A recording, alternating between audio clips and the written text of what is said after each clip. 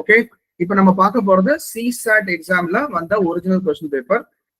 So அதுல பாத்தீங்கன்னா நம்ம பார்க்க போற பேப்பர் பாத்தீங்கன்னா இந்த ஒரிஜினல் பேப்பர்ல டெஸ்ட் புக்லெட் சீரிஸ் B பார்க்க போறோம். சரிங்களா? ரைட், இப்ப டைரக்டா கொஸ்டின் எடுத்துக்கலாம்.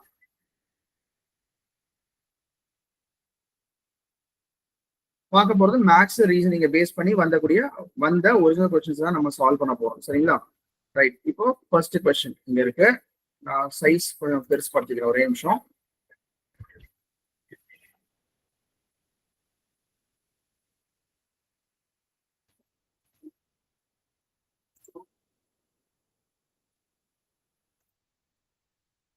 உங்களுக்கு கொஸ்டின் பேப்பர் வந்து கிளியரா தெரியுதாப்பா?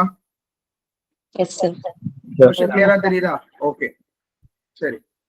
பாருங்க, இப்போ இதுல கொஸ்டின் நம்பர் 5 எடுத்துப்போம். நம்ம மேத்ஸ் ரீசனிங் அதுல இருக்க கொஸ்டின்ஸை இப்போ நம்ம சால்வ் பண்றோம்.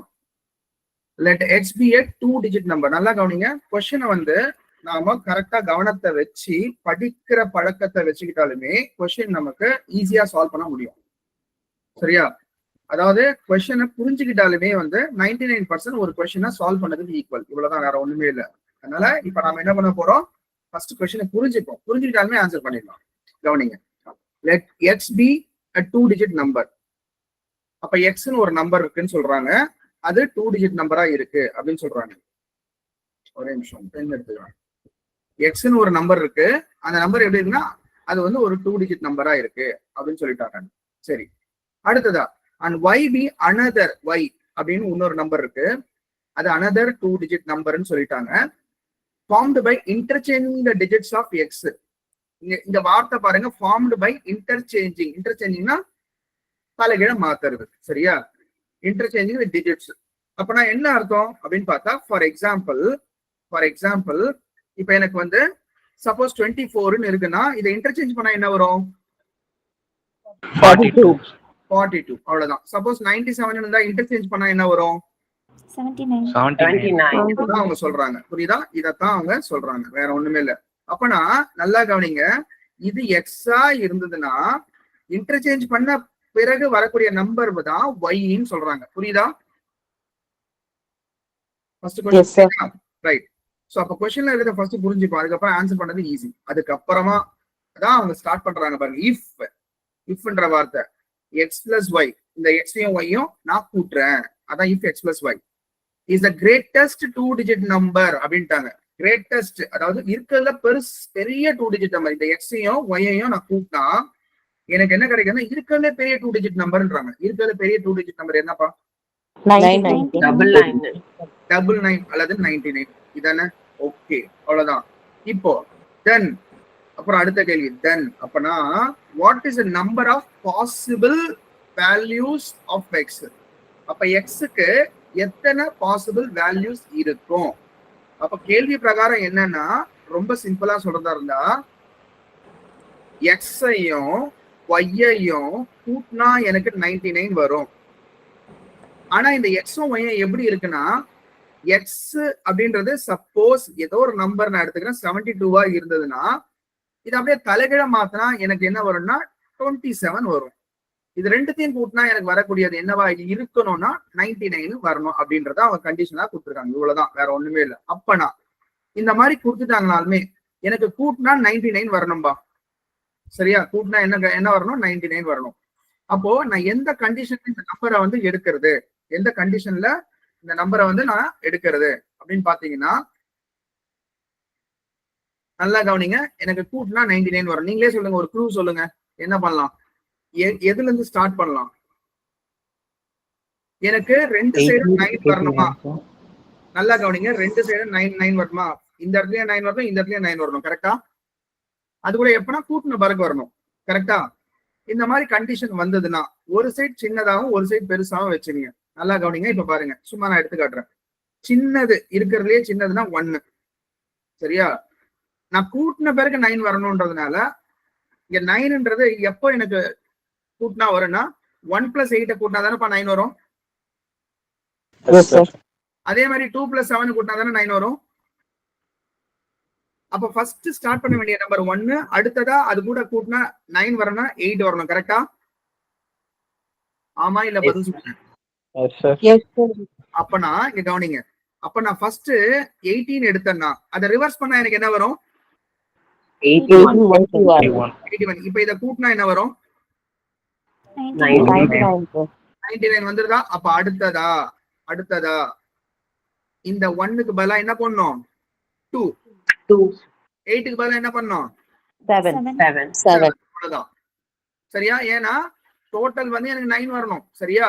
அப்போ நான் வந்து இந்த அதாவது ஃபர்ஸ்ட் வர டிஜிட்டை இன்க்ரீஸ் பண்ணணும், செகண்ட் வர டிஜிட்டை குறைக்கணும். அப்பதான் டோட்டல் வந்து எனக்கு எப்பவுமே 9 இருக்கும். சரியா? பாருங்க, இந்த 2 + 7 9 இருக்கு. இப்ப இதை ரிவர்ஸ் பண்ணா என்ன வரும்? 72. ஆட் பண்ணா எவ்வளவு வரும்? 99. அதே மாதிரி திருப்பி அடுத்தது என்ன வரணும்? 3. 3 அப்புறம் 6.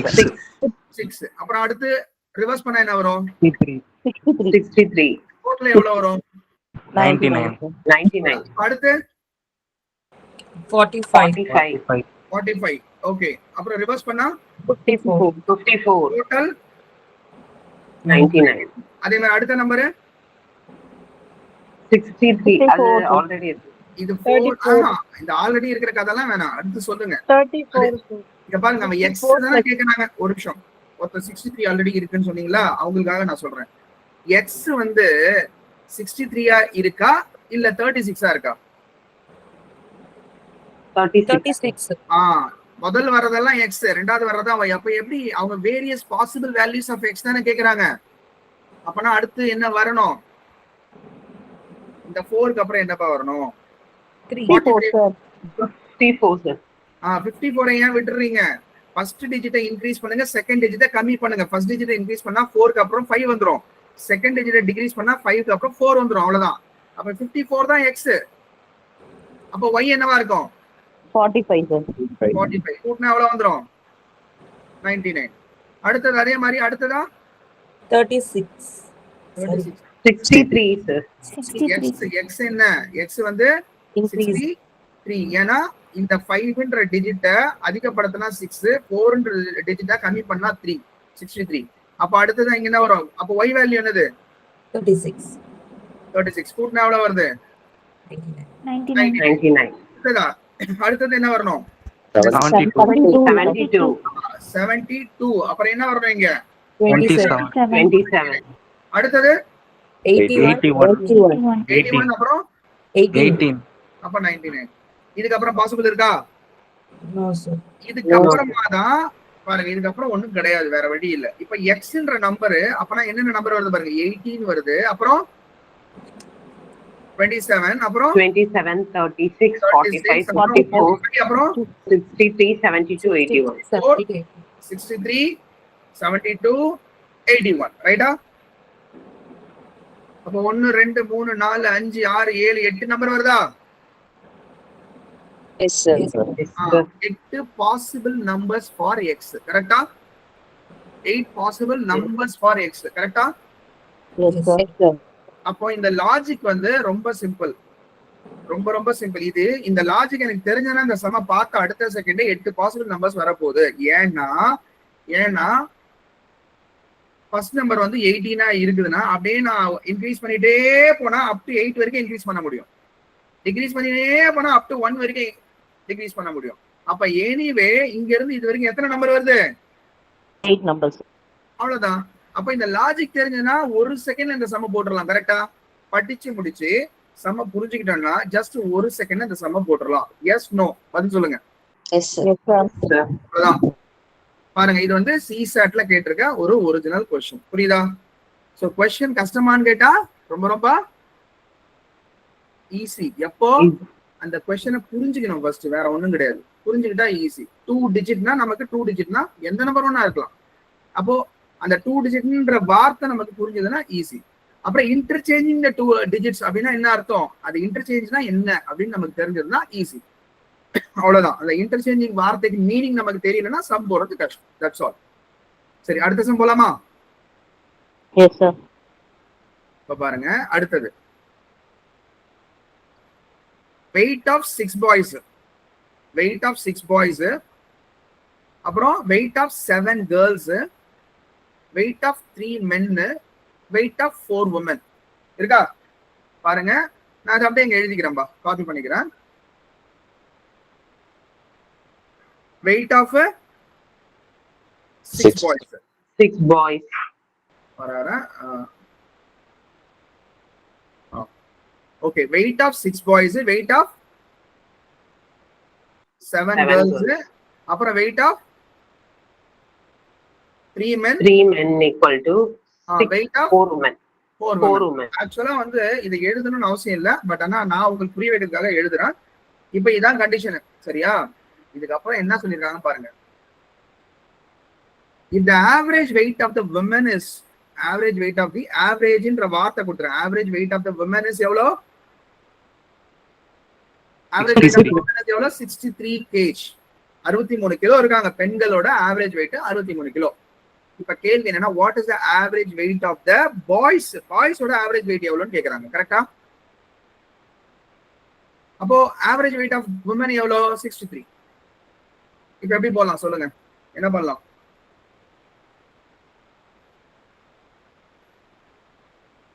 உமனோட ஆவரேஜ் 63. Super, excellent. ஆக்சுவலா வந்து பாய்ஸ் உமன் அவங்க என்ன பண்ணிருக்காங்க, இது ரெண்டும் ஈக்குவல்னு கொடுத்திருக்காங்க.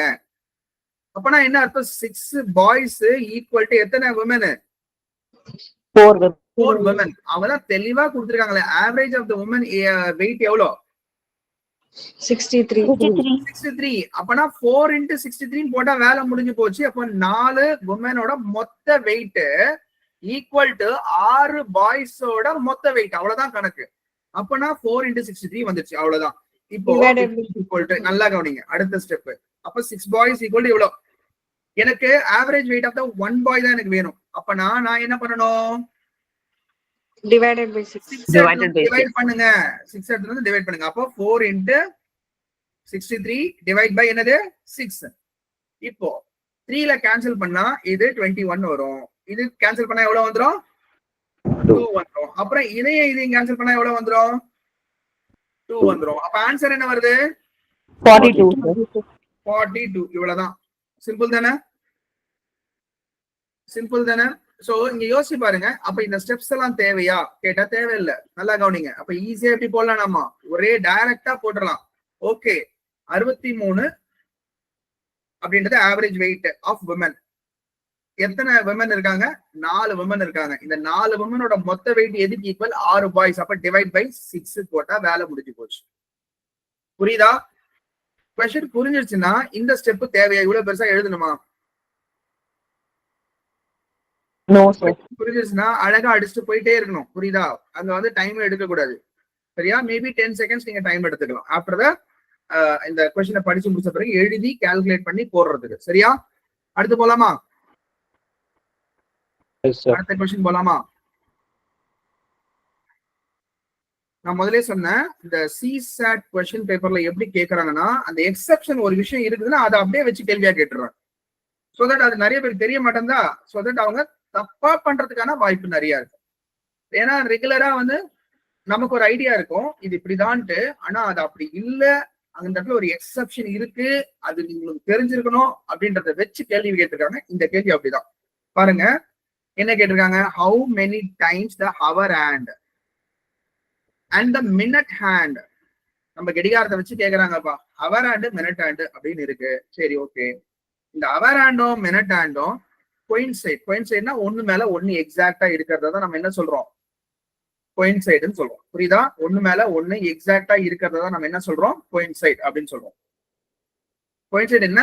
Clock between 10 AM and 2 PM. எத்தனை மணிக்கு எத்தனை மணி? 11 மணில இருந்து 2 மணிக்குள்ள எத்தனை வாட்டி இந்த பெரிய முள்ளும் சின்ன முள்ளும் ஒன்னோட ஒண்ணு மேல எக்ஸாக்டா இருக்கு. இத வந்து கோயின்சைடுன்றதுக்கு பதிலா அவங்க இப்படி கூட கேட்பாங்க, 0 டிகிரி எப்போ இருக்குன்னு கேட்பாங்க. சோ கோயின்சைடுன்ற வார்த்தையை யூஸ் பண்ணலாம், அல்லது 0 டிகிரி எப்ப இருக்கும், எத்தனை வாட்டி 0 டிகிரி வரும் ரெண்டுத்துக்கும் அப்படின்னு கேட்கலாம். தப்பு இல்ல.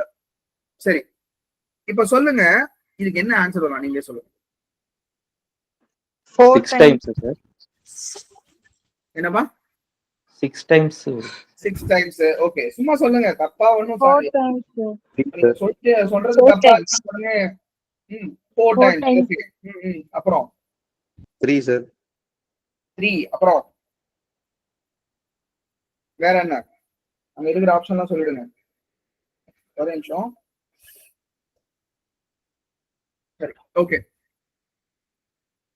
இங்க பாருங்கப்பா, நான் முதலே சொல்லிட்டேன் அவங்க எக்ஸப்ஷன் தான் எக்ஸாம்ல கேட்கறாங்கன்ட்டு. சரியா?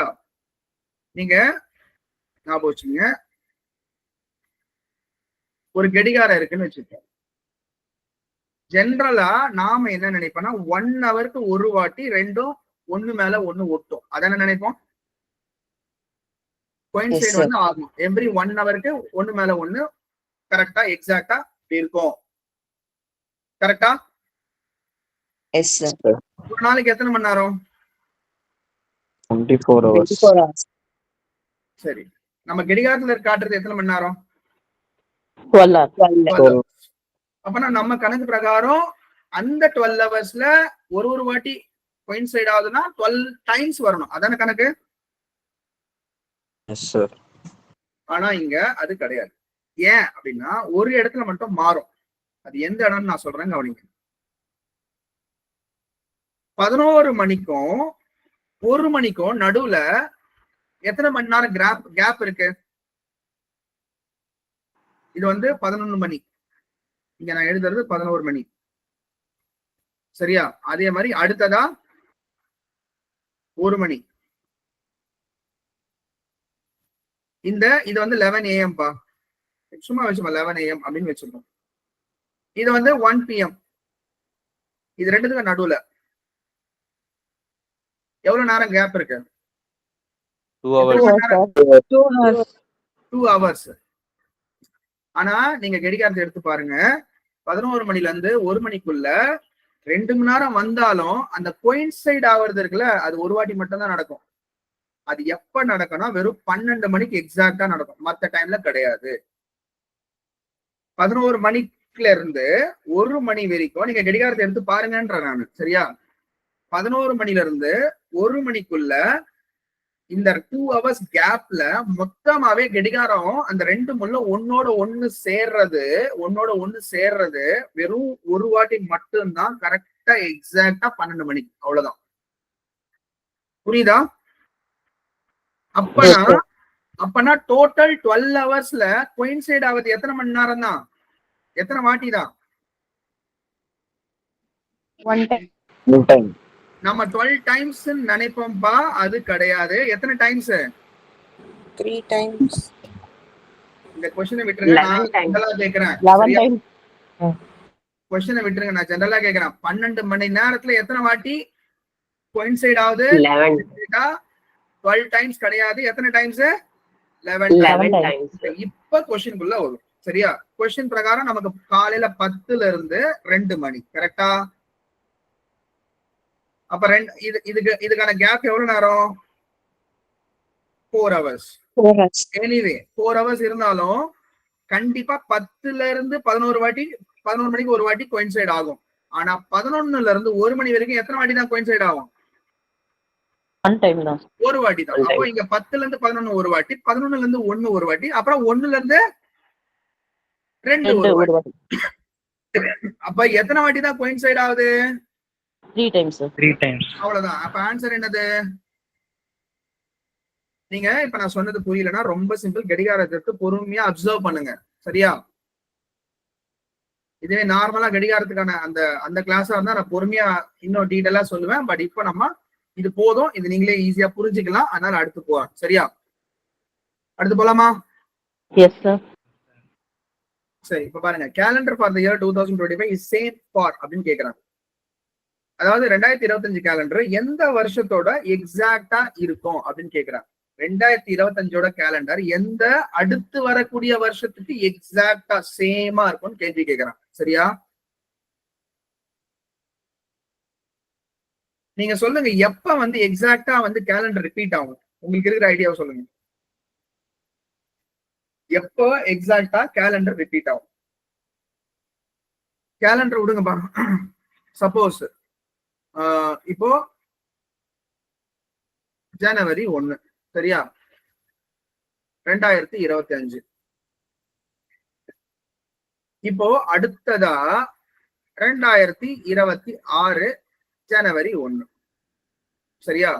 நமக்கு எக்ஸாக்டா 2025 எந்த ஜனவரி 1 என்னன்னு தெரியாது, எனக்கு இது தெரியணும்னு அவசியமே இல்லை.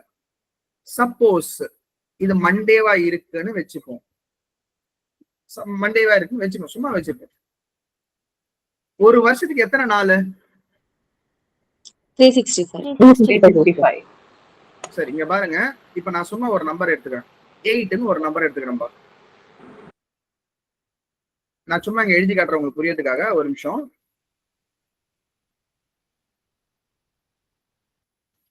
Monday, Tuesday, Wednesday, Thursday, Friday, Saturday, Sunday, Monday. இப்போ எனக்கு கரெக்டா எத்தனை நாளுக்கு அப்புறம் டேஸ் வந்து ரிப்பீட் ஆகுது? 8th day. 8th டே ரிப்பீட் ஆகுது. அப்பனா இதுதான் எனக்கு ஸ்டார்டிங்கா இருக்குதுன்னா, இதுல இருந்து ஒரு 7 நாள் எக்ஸாக்டா வந்துன்னா சேம் டே வருதா? Yes, sir. இதுல இருந்து ஒரு எக்ஸாக்டா ஒரு நாள்னா சேம் டே வருது, கரெக்டா? அப்பனா நல்லா புரிஞ்சுக்குங்க. அப்போ எனக்கு எவ்ரி எக்ஸ்ட்ரா வரக்கூடிய 7 டேஸ்க்கு எனக்கு என்ன ஆகுது? டேஸ் ரிப்பீட் ஆகுது. எவ்ரி எக்ஸ்ட்ரா வரக்கூடிய 7 டேஸ்க்கு எனக்கு டேஸ் என்ன ஆகுது? ரிப்பீட் ஆகுது, கரெக்டா? Yes. இப்ப நல்லா புரிஞ்சுக்குங்க.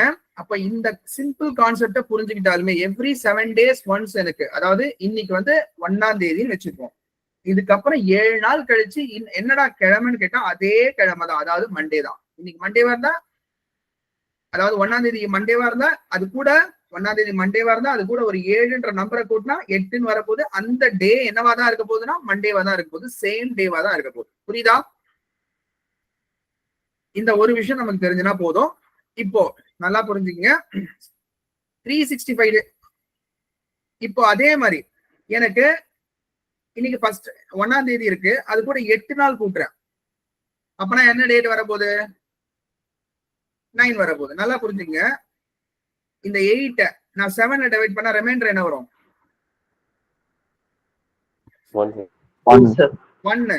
அப்போ ஒரு எக்ஸ்ட்ரா நாள்னு அர்த்தம், ஒரு எக்ஸ்ட்ரா நாள். அப்போ 9ன்றது எனக்கு என்னவா வரும்னா டியூஸ்டேவா வருமா? Yes, sir. 9ன்றது டியூஸ்டேவா வரும். சப்போஸ் எனக்கு இன்னைக்கு முதல் நாள், அதுல இருந்து 9 நாள் தள்ளி அப்படின்னு பார்த்தா எக்ஸ்ட்ரா டேஸ் எத்தனை வரும்? 7ல டிவைட் பண்ணா 2 வரும். அப்போ 1ஆம் தேதி மண்டே, அப்ப எக்ஸ்ட்ரா டேஸ் 2 வருது. அப்பனா மண்டேக்கு அப்புறம் டியூஸ்டே, வெட்னஸ்டே. அதனாலதான் 10ஆம் தேதி என்னவா இருக்கும்? Wednesday. அவ்வளவுதான், வேற ஒண்ணுமே. இந்த பேசிக் கான்செப்ட் தெரிஞ்சுன்னா சம போறது ஈஸி. இப்ப யோசிச்சு பாருங்க, 365 டேஸ் இருக்குல்ல ஒரு வருஷத்துக்கு, இத 7ல டிவைட் பண்ண ரிமைண்டர் என்ன வரும்? 1. அவ்வளவுதான். அப்பனா ஒவ்வொரு வருஷத்துக்கும் லீப் இயரை தவிர்த்து அப்போ இங்க 2025 ஜனவரி 1 மண்டேவா இருந்ததுன்னா ஒரு எக்ஸ்ட்ரா டே வர்றதுனால 2026 ஜனவரி 1 என்ன டேவா இருக்கும்? Tuesday. Tuesday, sir. அவ்வளவுதான், வேற ஒண்ணுமே இல்லை. இப்போ லீப் இயர் வரும்போது மட்டும் எத்தனை நாள் எக்ஸ்ட்ரா போட்டுக்கணும்? 1 or 2? லீப் இயர் எத்தனை? லீப் இயர் அன்னைக்கு எத்தனை நாள் இருக்கும் வருஷத்துல? அந்த வருஷத்துல எத்தனை நாள் இருக்கும்? 366. 366, sir. 366 7ல டிவைட் பண்ணா ரிமைண்டர் என்ன? 2, sir. அப்ப எத்தனை நாள் எக்ஸ்ட்ரா வரணும்? 2 2 days. days extra. சரிங்க பாருங்க. அப்ப 2027 ஜனவரி 1 எல்லாம் எழுதக்கூடாது, இருந்தாலும் எழுதி காட்டுறேன். 27 ஜனவரி 1னா என்னவா இருக்கும்? என்ன டேவா இருக்கும்? Wednesday. அதே மாதிரி 2028 ஜனவரி 1 என்னவா இருக்கும்? Friday. இங்க கரெக்டா தான் சொல்றீங்க. ஆனா என்னன்னா ஜனவரி 1 வரைக்கும் பொறுத்த வரைக்கும் அது தேர்ஸ்டேவா தான் இருக்கும். ஆனா 2029 வரல, ஏன்னா பிப்ரவரின்றது ஜனவரி 1க்கு அப்புறம் தானே வருது. Yes, sir. அதனால அடுத்த வருஷத்துக்கு 2 டேஸ் சேரும். சரியா? அப்போ 2029 ஜனவரி 1க்கு எனக்கு என்ன டேவா இருக்கும்? Saturday. Saturday, sir. ஃப்ரைடேவா இருக்காது, சாட்டர்டேவா இருக்கும். ஃப்ரைடேவா இருக்காது, சாட்டர்டேவா இருக்கும். ஞாபகம் வச்சுங்க, அவ்வளவுதான். இப்ப அடுத்ததா 2030 ஜனவரி 1 என்னவா இருக்கும்? Sunday. சண்டே. ஒரு நாள் தானே. லீப் இயரா வரும்போது மட்டும்தான் 2 நாள் வரப்போகுது, மத்த நாள்ல ஒரு நாள் தான் வரப்போகுது. அப்ப 2031 என்ன ஜனவரி 1 என்னவா இருக்க போகுது? மண்டே. மண்டே. மண்டே. அப்ப எக்ஸாக்டா இங்க மண்டே எந்த வருஷம் வருது? 2031. அவ்வளவுதான். புரியுதுங்களா? அவ்வளவுதான், வேற ஒண்ணுமே இல்ல. இவ்வளவுதான், வேற ஒண்ணுமே இல்ல. சோ அப்பனா இத வேற மாதிரி பார்த்த உடனே சிம்பிளா போறது என்ன வழி சொல்லுங்க பாப்போம். அவங்க கொடுத்துருக்குது 2025. சரியா? அப்ப இது எப்படி ஈஸியா போடலாம் சொல்லுங்க.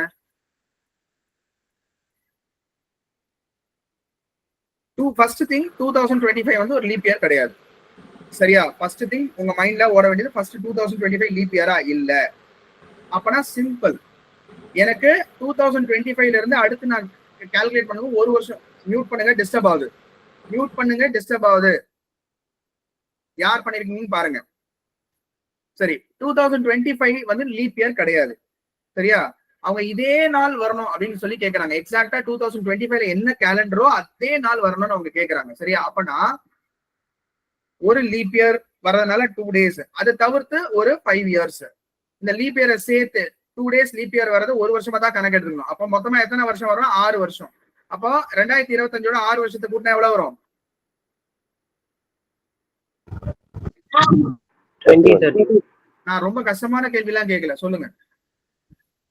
2031. 2031. அவ்வளவுதானே?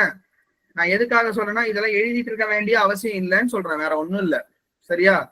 அப்போ 2025ல இருந்து அடுத்து வரக்கூடிய வருஷங்கள்ல ஒரு வருஷம் மட்டும்தான் எனக்கு லீப் இயர் வரப்போகுது. அந்த லீப் இயர் வரக்கூடியதை நான் 2 days அது கூட ஆட் பண்ணிக்கணும். அது இல்லாம எனக்கு 5 வருஷங்கள் தேவைப்படுது. சோ ஒரு லீப் இயர் பிளஸ் 5 வருஷம் மொத்தமா சேர்த்தா 6 வருஷம். இந்த 6 வருஷம் கழிச்சு, ஏன்னா இந்த 6 வருஷம் கழிச்சுன்னு வரும்போது 7 நாள் எக்ஸ்ட்ரா ஆட் ஆகுது. அப்ப 7 நாளுக்கு அப்புறம் அதே சேம் டே ரிப்பீட் ஆக போகுது. அவ்வளவுதான். அப்போ 2025ஓட பார்த்த உடனே அடுத்து 6 டைரக்டா ஆட் பண்ணி 2031 போறதுக்கு எவ்வளவு நேரம் ஆகும்? இந்த கான்செப்ட் தெரிஞ்சதுன்னா எவ்வளவு நேரம் ஆகும் சொல்லுங்க. மணிக்கணக்கா ஆகுமா? பதிலே வரமாட்டேங்குது. புரியுதா புரியலையா? நான் பேசுறது கேட்கலையா? புரியுதுங்க. டைம் எவ்வளவு நேரம் ஆகும்னு கேக்குறேன். ரொம்ப நேரம் ஆகுமா? மணிக்கணக்காகுமா? No, sir. No, sir. No, sir. சிம்பிளா இது கூட ஒரு +6 போட்டா வேலை முடிஞ்சுதா? Yes, sir. அவ்வளவுதான். ஏன் 6 போடுறோம்னா ஒரு லீப் இயர் அப்புறம் 5 சாதா வருஷம். அவ்வளவுதான், வேற ஒண்ணுமே இல்ல. ஒரு லீப் இயருக்கு 2 நாள் வரும், 5 சாதா வருஷத்துக்கு ஒரு நாள் எக்ஸ்ட்ரா வரும். அப்ப மொத்தம் 7 நாள் வந்து எப்பவுமே 7 நாள் ஆட் ஆகும் போது சேம் டே வரும். இந்த லாஜிக் தெரிஞ்சு அந்த சம போறது ஜஸ்ட் லைக் தட் போட்டு போயிட்டே இருக்கும். சரியா? சரி, இப்ப அடுத்தது இந்த சம் பாருங்க, செம்மையா இருக்கும். ரொம்ப கஷ்டமான சம். எப்படி போடலாம் சொல்லுங்க? அப்படியே நம்ம மண்டையை போட்டு பிச்சுக்க வேண்டியது. அவ்வளவு கஷ்டமான சம் இந்த சம். சொல்லுங்க.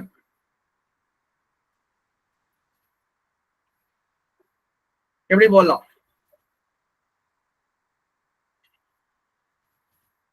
ஃபர்ஸ்ட் சம படிங்க.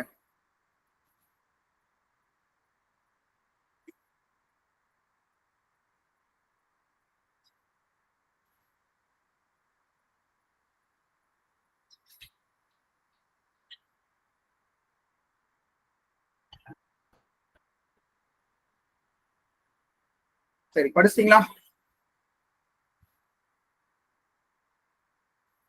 Yes sir. சரி, இப்போ இத நாம எப்படி போட்டா ஈஸியா போடலாம் சொல்லுங்க பாப்போம். ஃபர்ஸ்ட் இந்த மாதிரி ஒரு ஜென்ரலா ஒரு கொஸ்டினை கொடுத்திருந்தாலுமே அதுக்கு நாம ஜென்ரலா ஒரு நம்பரை சப்ஸ்டிட் பண்ணாலுமே கண்டிப்பா ஆன்சர் வரும். இவ்வளவுதான், வேற எதுவுமே கிடையாது. அப்ப என்ன சொல்றாங்க கவனிங்க.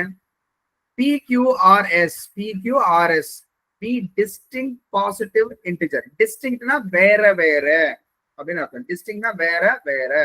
என்ன நம்பர்? Positive integer. வேற வேற பாசிட்டிவான இன்டிஜர், பாசிட்டிவான நம்பர் அப்படின்னு வச்சுக்கோம். சரியா?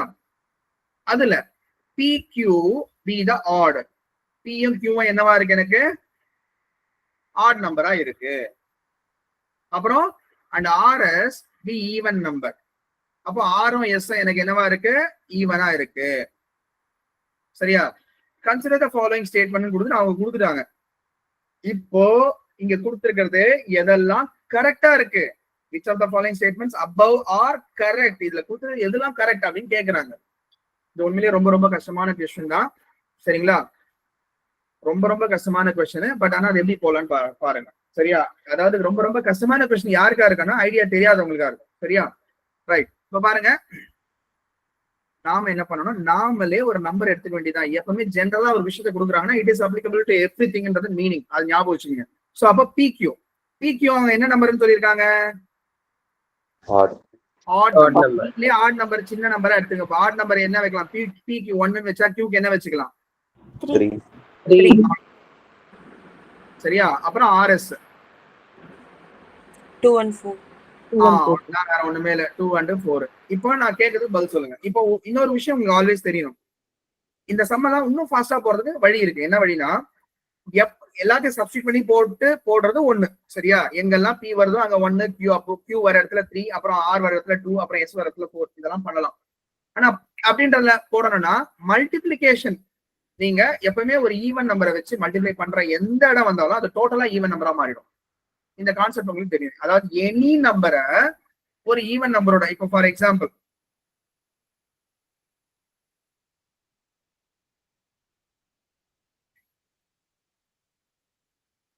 ஏதோ ஒரு நம்பர் சொல்லுங்க. 5 2 sir. 1 டிஜிட் நம்பர் சொல்லுங்க. ஏதோ ஒண்ணு சொல்லுங்க. சரி, நானே எடுத்துக்கிறேன். உங்களுக்கு கேள்வி கேட்டா பதில் சொல்றதுக்குள்ள அவ்வளவு நேரம் ஆகுறீங்க. 7 இதை வந்து நான் 2 ஓட மல்டிப்ளை பண்ணா என்ன வரும்? 14 sir. ஈவன் நம்பர் தானே வருது.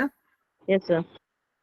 சரி, இப்போ வந்து நான் வந்து 4 எடுத்து 2 ஓட மல்டிப்ளை பண்ணாலும் எனக்கு என்ன வரும்?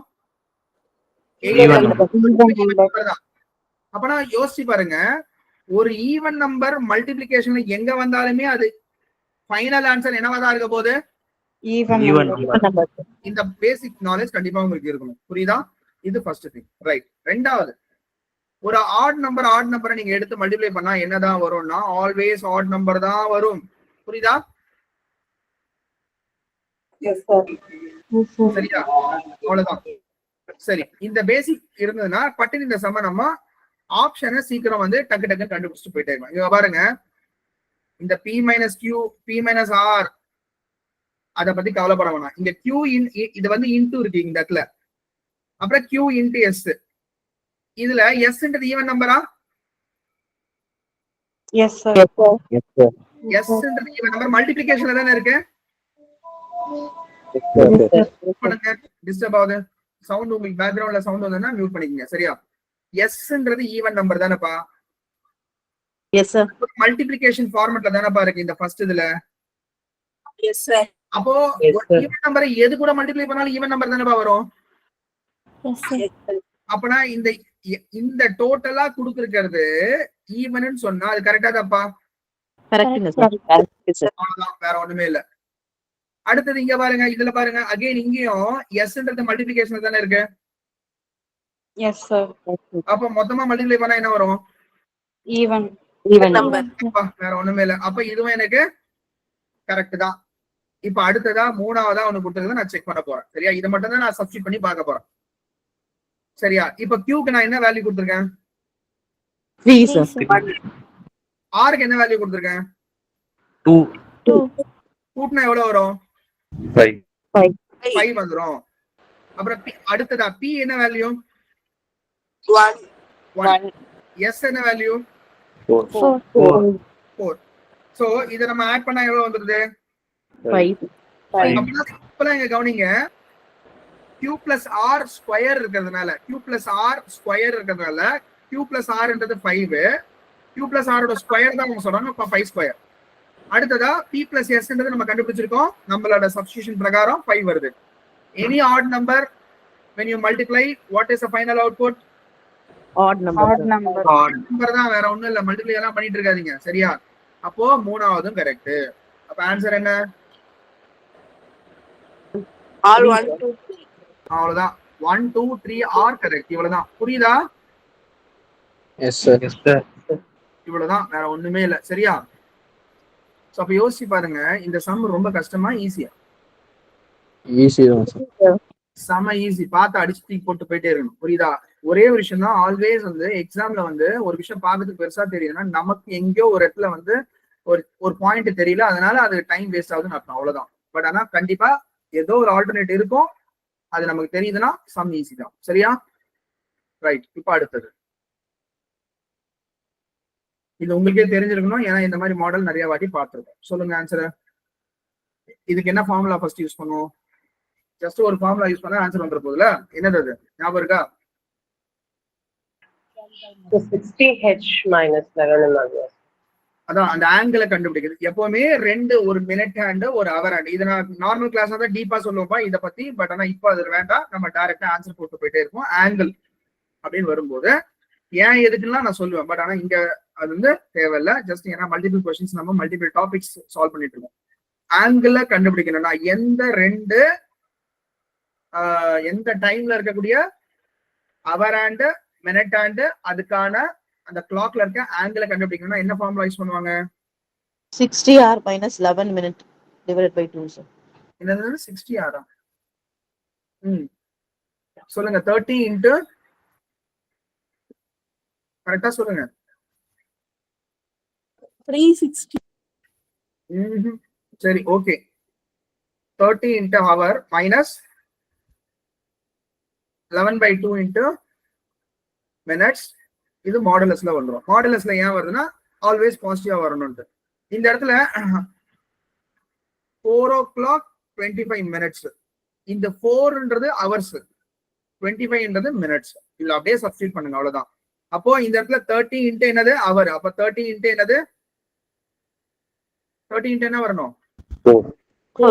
4 hours மைனஸ் அப்புறம் 11/2 இன்ட்டு என்ன வரணும்? 25. அவ்வளவுதான் 25. சரியா? இப்ப இதை அப்படியே சால்வ் பண்ணலாமா? Yes, sir. 11/25 ஈஸியா கால்குலேட் பண்ணிக்கலாம். ஏன்னா 11 நம்பர் நமக்கு ஈஸியா தெரியும். 11 into 25 எவ்வளவு வரும்? 12.5 ஆன்சர் into 11. கொஞ்சம் அவசரப்படாம கரெக்டா சொல்லுங்க. சரியா? நான் கேட்கறது என்னன்னா 12.5 இன்ட்டு, சரி ஓகே. சரி, ஆன்சர் என்ன வருது? இதை கால்குலேட் பண்ணோம். நம்ம ஸ்பீட் மேக்ஸ்ல நம்ம பார்த்திருப்போம். 11ஓட 25 மல்டிப்ளை பண்றதா டைரக்டா 275 சொல்லலாமா? பார்த்திருப்போம்ல. ஸ்பீட் மேக்ஸ்ல பார்த்திருக்கமா மறந்துடக்கூடாது. சரியா? எல்லாத்தையும் ஒரு வாட்டி ரிப்பீட் பண்ணிட்டு இருக்க முடியாது. சரியா? இதை மல்டிப்ளை பண்ணா நமக்கு 120 வந்துட போகுது. மைனஸ் இந்த 11ஐயும் 25ஐயும் மல்டிப்ளை பண்ணா 275 டிவைடட் பை இங்க என்ன இருக்கு? 2 இருக்கு. அடிச்சீங்கன்னா எவ்வளவு வரும்? 137.5 sir. 137.5. அவ்வளவுதான். இங்க வந்து ஆன்சர் -17.5 வரும். ஆனா மாடுலஸ்குள்ள இருக்கு. மாடுலஸ்னாலுமே ஆல்வேஸ் டேக் த பாசிட்டிவ் வேல்யூன்னு அர்த்தம். அப்ப இதுக்கான டிஃபரன்ஸ் வந்து எனக்கு 17.5 டிகிரி. கரெக்டா? அப்ப ஆன்சர் என்ன வந்துரும்? 17.5. அவ்வளவுதான். சரியா? இவ்வளவுதான், வேற ஒண்ணுமே இல்ல. ரைட்டா? சரி, இப்ப அடுத்த சம்.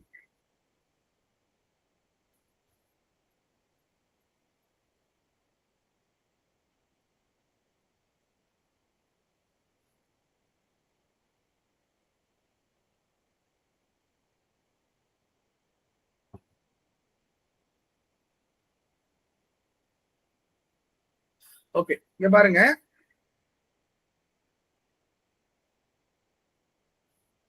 இப்போ இந்த 14th கொஸ்டின் பாருங்கப்பா.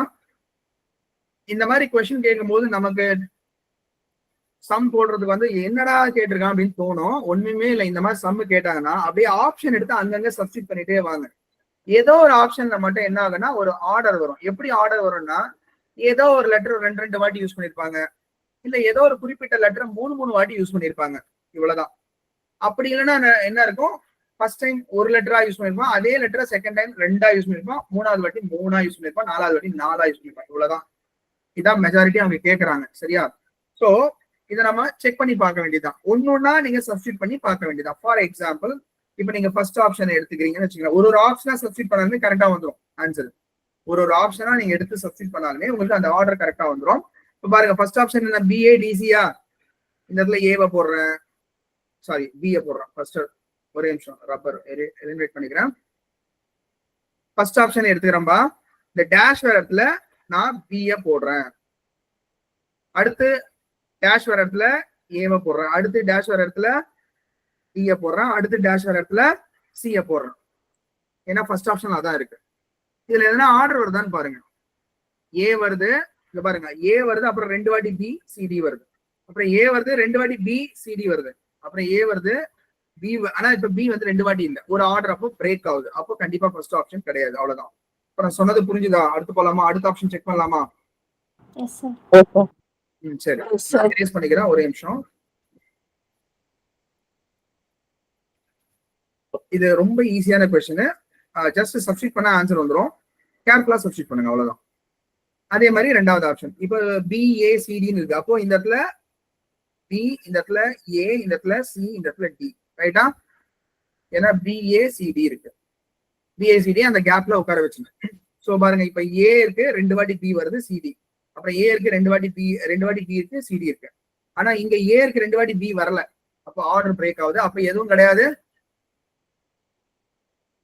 செகண்டும் கிடையாது. இப்போ அடுத்ததா நாம ட்ரை பண்ணி பார்ப்போம்.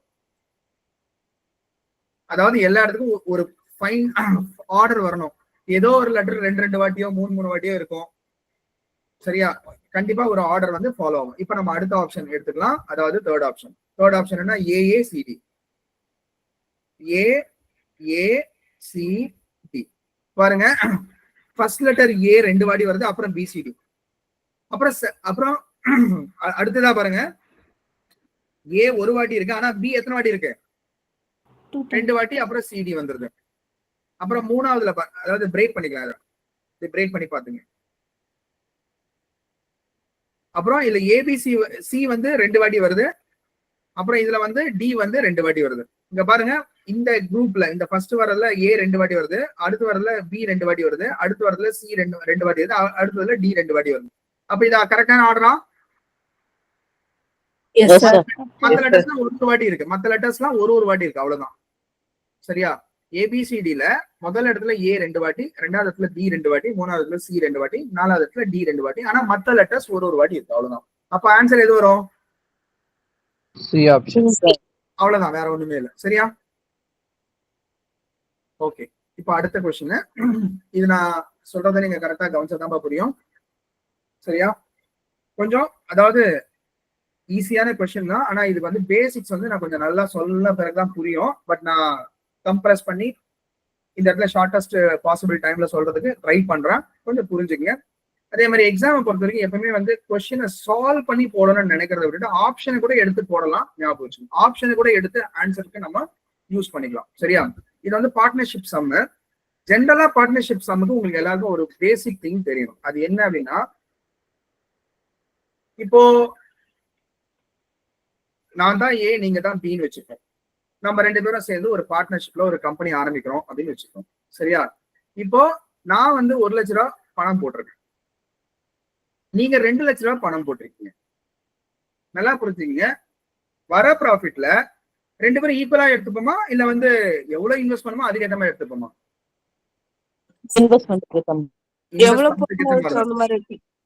எவ்வளவு இன்வெஸ்ட் பண்ணமோ அதுக்கேற்ற மாதிரி தான் எடுத்துப்போமா தவிர இந்த இடத்துல வந்து ஈக்குவலா எடுத்துக்க மாட்டோம். அப்பனா நான் இன்வெஸ்ட் பண்ணது 1 lakh, நீங்க இன்வெஸ்ட் பண்ணது 2 lakh. அப்போ நான் என்ன மாதிரி நீங்க 2 மடங்கு இன்வெஸ்ட் பண்ணிருக்கீங்க. அப்பனா சப்போஸ் லாபம் வந்து 10,000 ரூபாய் வருது, அப்போ உங்களுக்கு கிடைக்கிற லாபம் எவ்வளவா இருக்கும்? அதாவது எனக்கு கிடைக்கிற லாபம் மட்டும் 10,000 ரூபாய் இருக்கு, அப்போ உங்களுக்கு கிடைக்கிற லாபம் எவ்வளவா இருக்கும்? 20,000. அவ்வளவுதான். ஏன்னா இந்த ரேஷியோ மாறாது, மாறவும் கூடாது, இவ்வளவுதான். புரியுதா? அப்ப எவ்வளவு இன்வெஸ்ட் பண்றோன்றதை வச்சு இருக்கு. சரி, ரெண்டாவது பாயிண்ட் உங்களுக்கு ஞாபகம், எந்த ஒரு பார்ட்னர்ஷிப் சம் கேட்டாலும் இப்படிதான். இப்போ சரி, நான் வந்து 1 லட்ச ரூபாய் போட்டேன், ரைட்டு, நீங்க 2 லட்ச ரூபாய் போட்டீங்க. இப்போ நான் என்ன பண்றேன், பிசினஸ்ல 12 மாசம் இருக்கேன், ஆனா நீங்க பிசினஸ்ல வெறும் 6 மாசம் தான் இருக்கீங்க. இப்போ வரக்கூடிய ப்ராஃபிட் எப்படி பிரிச்சுக்கணும்னு கேட்கணும். நீங்க நல்லா ஞாபகம் வச்சுங்க, ஒரு பிசினஸ்னா ஒரு 1 லட்ச ரூபாய் பணத்தை வந்து ஒரு பிசினஸ்ல போடுறோம். அந்த 1 லட்ச ரூபாய் வச்சு ப்ராடக்ட்ஸை வாங்கி அந்த மாசம் வியாபாரம் பண்ணிட்டு லாபத்தை மட்டும் எடுத்துட்டு திருப்பி அதே 1 லட்ச ரூபாய்க்கு 2வது மாசமும் ப்ராடக்டா வாங்குவாங்க. அதே மாதிரிதான் கண்டினியூஸா 3வது 4வது அப் டு 12 months ப்ராடக்ட்ஸா வாங்குவாங்க. கரெக்டா இல்லையா?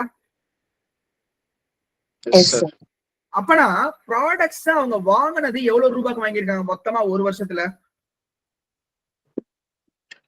12 லட்சம் ரூபாய்க்கு வாங்கியிருக்காங்க. ஞாபகம் வச்சுங்க, எவ்வளவு ரூபாய்க்கு வாங்கியிருக்காங்க? 12 லட்சம் ரூபாய்க்கு வாங்கியிருக்காங்க. இப்போ நான் போட்ட 1 லட்ச ரூபாய் வச்சு ஒரு மாசமும் அந்த 1,00,000 ரூபாய்க்கு ப்ராடக்ட வாங்கி வியாபாரம் பண்ணி லாபத்தை எடுக்கிறோம்.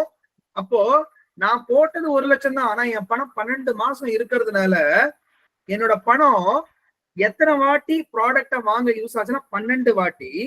அப்பனா என்னோட இன்வெஸ்ட்மெண்டா அந்த மொத்த வருஷத்துக்கு என்னோட மொத்த பணம் எவ்வளவு ரூபான்னு கேட்டா 12 லட்சம் ரூபாய். நீங்க நினைச்சுக்கலாம் 1,00,000 ரூபாய் தானே போட்டீங்க, என்ன கதை சொல்றீங்கன்னு கேட்பீங்க. நீங்க ஒரு கடை வியாபாரம் பண்றீங்கன்னா எவ்ரி மந்த் ப்ராடக்ட வாங்கிட்டே இருப்பீங்க. அப்ப மொத்தத்துல ஒரு வருஷத்தோட கடைசியில பார்க்கும்போது ஒரு நிமிஷம் இருங்க.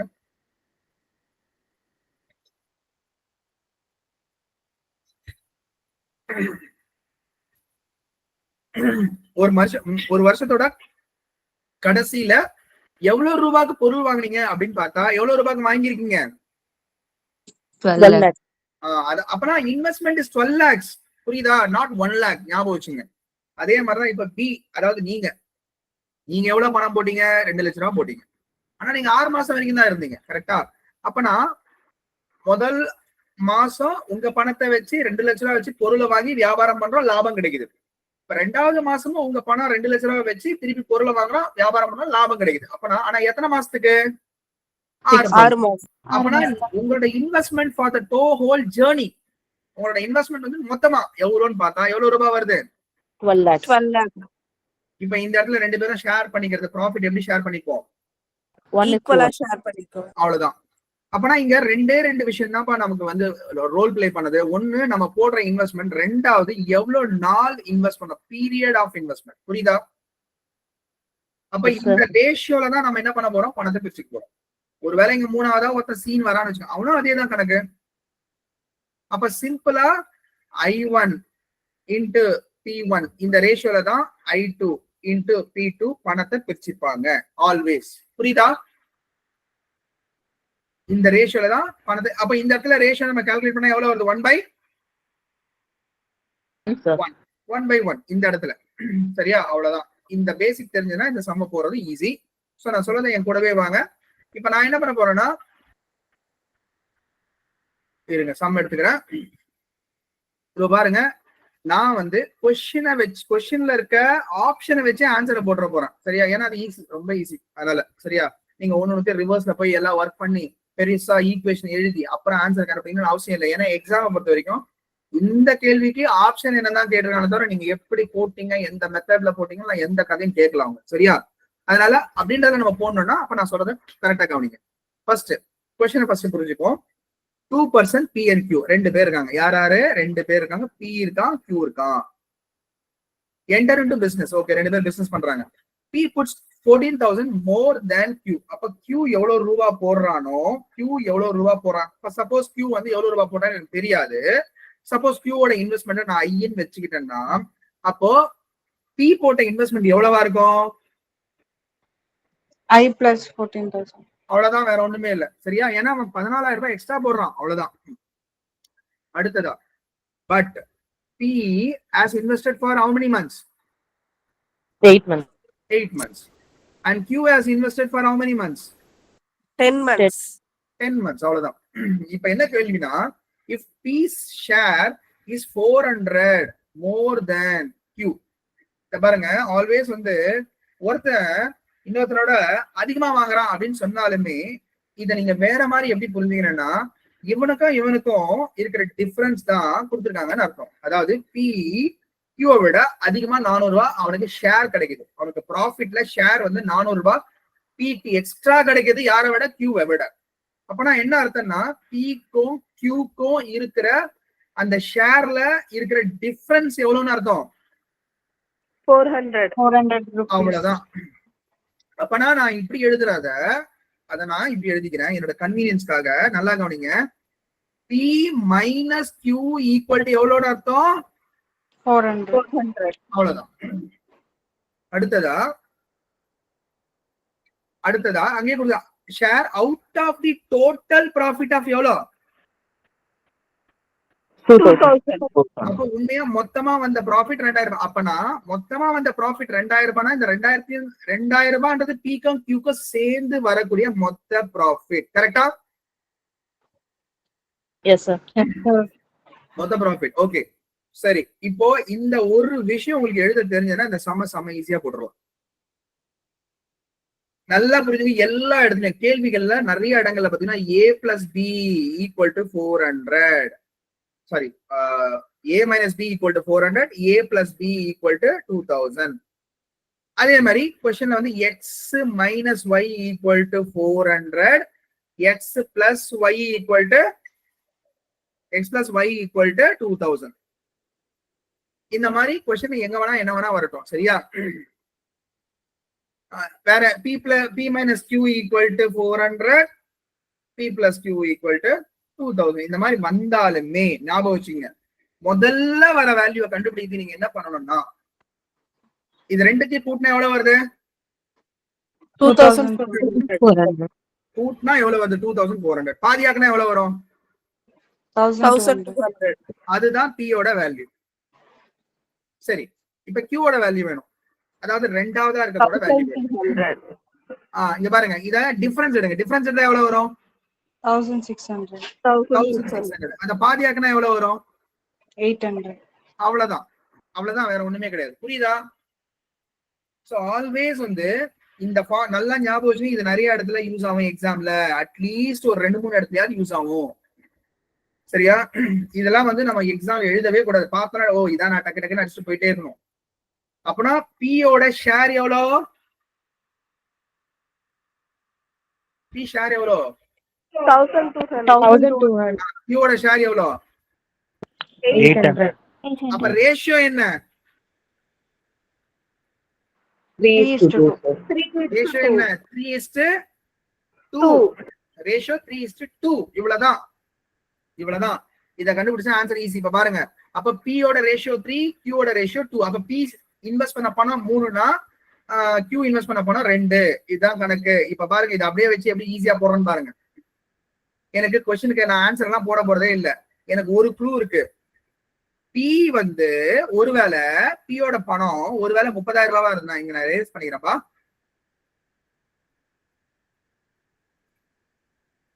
நல்லா கவனிங்க. கேள்வி என்ன கேட்டா, what is the contribution by p, அதாவது p யோட இன்வெஸ்ட்மெண்ட் எவ்வளோ அப்படின்னு கேக்குறான். யோசிச்சு பாருங்க, p q இந்த ரெண்டு பேர்ல யார் அதிகமா இன்வெஸ்ட் பண்றா? P. P தான் சார். எவ்வளவு அதிகமா இன்வெஸ்ட் பண்றான்? 14,000. அப்பனா ஒருவேளை p வந்து 30,000 ரூபாவா இருந்ததுன்னா, அப்ப q எவ்வளவு ரூபாய் இன்வெஸ்ட் பண்ணிருப்பான்? 14,000 ரூபாய் கம்மியா. அது எவ்வளவு வரும்? 16,000. அவ்வளவுதான். கரெக்டா? எஸ் நோ பதில் சொல்லுங்க. Yes, sir. சரியா? ஓகே, நல்லா கவனிங்க. அப்போ 30,000 ரூபாய் ஒருவேளை p வந்து இன்வெஸ்ட் பண்ணிருந்தா, அப்ப q வந்து 14,000 ரூபாய் கம்மியா பண்றதுனால 14,000 ரூபாய் பண்ணிருக்கான், 16,000 பண்ணிருக்கான். இந்த பாயிண்ட் எடுத்து இது அப்படியே நான் ரேஷியோல வந்து செக் பண்ண போறேன். வேற ஒண்ணுமே இல்ல, சம்மெல்லாம் ஃபுல்லா போட போறது இல்ல. நல்லா கவனிங்க. அப்போ p யோட இன்வெஸ்ட்மெண்ட் 30,000 இருந்ததுன்னா, q யோட இன்வெஸ்ட்மெண்ட் 16,000 இருந்ததுன்னா, ஆனா p எவ்வளவு நாள் பிசினஸ்ல இருக்கான்? எவ்வளவு நாள் p பிசினஸ்ல இருக்கான்? 8 months. அப்ப into 8. அதே மாதிரி q எவ்வளவு நாள் பிசினஸ்ல இருக்கான்? 10 months. 10 months. அப்ப into 10. இப்ப சும்மா அப்படியே மல்டிப்ளை பண்ணி பாருங்களேன். 30 into 8 எவ்வளவு வரும்? 2,40,000 வந்துருமா? அதே மாதிரி 16,000 into 10 எவ்வளவு வந்துரும்? 1,60,000. இதோட ரேஷியோ என்ன வரும்? 3:2. வந்துருச்சா? அப்பனா ஆன்சர் வந்து என்னது? 30,000. அவ்வளவுதான், வேற ஒண்ணுமே இல்ல. இது நீங்க வந்து ஈக்குவேஷனா போட்டு டைம் வேஸ்ட் பண்ணி எல்லாம் பண்ண வேண்டிய அவசியம் கிடையாது. ஒருவேளை 30,000 வரலாம், இதுக்கு ஆன்சர் இந்த 3:2 வரலாம். இப்ப என்ன பண்ண போறீங்க? அடுத்து 20 ட்ரை பண்ணுங்க, 10 to 24 ட்ரை பண்ணீங்க, அப்புறம் 20,000 ட்ரை பண்ண போறீங்க. அவ்வளவுதான். புரியுதா? Yes sir. ஈஸி தான்ப்பா, நல்லா புரிஞ்சுங்க. ரொம்ப ஈஸி. ஆனா கரெக்டா சப்ஸ்டியூட் பண்ண தெரியணும், வேற ஒண்ணும் இல்ல. சரியா? நம்ம இது நார்மல் கிளாஸா இருந்தா இதை எப்படி ஸ்டெப் பை ஸ்டெப்பா போறதா நம்ம போடுவோம். அதெல்லாம் தேவையில்லை. ஆனா எக்ஸாம் அது வேஸ்ட், டோட்டல் வேஸ்ட். அப்படி போடுறது கூடாது. சரியா? ரைட். என்ன இப்ப இங்க பாருங்க, இதுவும் நான் வந்து இங்க கால்குலேஷன் தேவையில்லாம ரொம்ப பெருசா போட்டிருக்கேன். 30,000 into 8 months. அதே மாதிரி இங்க 16,000 into 10 months. நீங்க எதை சாரி 10 months. சரியா? எதை ஈஸியா டைரக்டா கேன்சல் பண்ணணும் கேன்சல் பண்ணுங்க. இங்க 3 0 கேன்சல், இங்க 3 0 கேன்சல், அவ்வளவுதான். அதுக்கப்புறம் இங்க வந்து இந்த 8 இங்க ஒரு வாட்டி கேன்சல் பண்ணா 16 வந்து 2 வாட்டி கேன்சல் பண்ணலாம். சரியா? அப்புறம் இந்த 10 ஒரு வாட்டி கேன்சல் பண்ணா இந்த 30 3 வாட்டி கேன்சல் பண்ணலாம். அப்ப ஃபைனலா பாருங்க, இந்த 3 into 1னா இங்க 3 வந்துரும், இந்த 2 into 1னா இங்க 2 வந்துரும். சரியா? சோ கால்குலேஷனும் கரெக்டா போகுது. அந்த 2,40,000 16,000 போட்டு போடணும்னு அவசியம் கிடையாது, அது தப்பு, போடக்கூடாது அந்த மாதிரி. சரியா? பாத்துங்க. சரியா? அடுத்து போலாமா? எனக்கு இன்னும் ஒரு ஓகே, இப்பயே 1 hour முடிஞ்சு போச்சு. சரி, ஓகே, கண்டினியூ பண்ணலாமா வேணாமான்னு சொல்லுங்க. இன்னும் வந்து எத்தனை சம்? 1 2 3 4 5 சம் இருக்கு. அதுல 2 சம் ரொம்ப ஈஸி, டைம் எடுக்காது, பட்டன் போட்டு போயிட்டே இருக்கலாம். சரி சரி, போடலாம் வேணாம் டக்குன்னு ரிப்ளை பண்ணுங்க. சரி, ஓகே, கண்டினியூ பண்ணலாம் சார். சரி, ஓகே. பாருங்க இப்போ அடுத்தது, இப்போ இந்த சம் பாருங்க, இந்த P salary is 20% lower than Q salary. Okay, இது கிளீனா இருக்கா? விசிபிள் क्वेश्चन கிளீனா தெரியுதா? 16வது क्वेश्चन பாருங்க. P salary is 20% lower than Q salary, which is 20% lower than R salary. By how much percent is R salary more than P salary? ஏதோ குழப்பமா இருக்க மாதிரி தோணும், கவலைப்படாதீங்க. ஃபர்ஸ்ட் P பத்தி பேசுறாங்க, அடுத்தது Q பத்தி பேசுறாங்க. திருப்பி விச்ன்ற வார்த்தை எதை குறிக்குது? Q. எப்பவுமே விச்ன்ற வார்த்தை வந்ததுன்னா அதுக்கு லெஃப்ட்ல பக்கத்துல எது வருதோ அதுதான் குறிக்கும். அப்படி பார்த்தா எனக்கு இந்த சேலரின்ற வார்த்தை இருக்கு, கியூன்ற வார்த்தை இருக்கு. அப்ப எதை குறிக்குதுன்னு அர்த்தம்? அது கியூவை குறிக்குதுன்னு அர்த்தம். அவ்வளவு. அப்ப இந்த விச்ன்ற இடத்துல நான் சப்ஸ்டிட் பண்ணிக்கலாம். என்ன சப்ஸ்டிட் பண்ணிக்கலாம்னா இதுக்கு பதிலா கியூவை சப்ஸ்டிட் பண்ணிக்கலாம். அவ்வளவுதான். இது மட்டும் உங்களுக்கு தெரியணும், வேற ஒண்ணும் கிடையாது. சரியா? அப்புறம் கடைசியா வந்து ஆர். அப்போ PQQR அப்படின்ற வார்த்தைகள் வருது. இந்த மாதிரி ஆர்டர்ல வந்ததுனாலுமே ரிவர்ஸ்ல அப்படியே போங்க, ஆன்சர் ரொம்ப ஈஸியா இருக்கும். சரியா? பாருங்க, PQQR அதானே. இங்க ஃபர்ஸ்ட் P வருது, அதுக்கப்புறம் Q வருது, திருப்பி Q வருது, அப்புறம் R வருது. இந்த நடுவுல இருந்த மட்டும் 2 வாட்டி வருது. சரியா? அந்த விச்ன்ற வார்த்தைய Qவை ரீப்ளேஸ் பண்ணிருக்கீங்க. இந்த Qவை Qன்னு கொடுக்கறதுக்கு பதிலா அவங்க விச்ன்ற வார்த்தையை வச்சு ரீப்ளேஸ் பண்ணிருக்காங்க. அவ்வளவுதான், வேற ஒண்ணும் இல்ல. சரியா? இந்த மாதிரி வந்ததுன்னா இந்த சம்ம வந்து ஃபுல்லா தேவையில்லாம போட்டுட்டு இருக்காதீங்க. சரியா? என்ன பண்ணுங்க, ரிவர்ஸ்ல அப்படியே போங்க. எப்படி போகணும்னு பாருங்க. இப்போ ஃபர்ஸ்ட் P, ரெண்டாவது Q, மூணாவது R எழுதிங்க. எப்பவுமே கடைசியில இருந்து எடுக்கணும். கடைசியில 100ல இருந்து ஸ்டார்ட் பண்ணுங்க.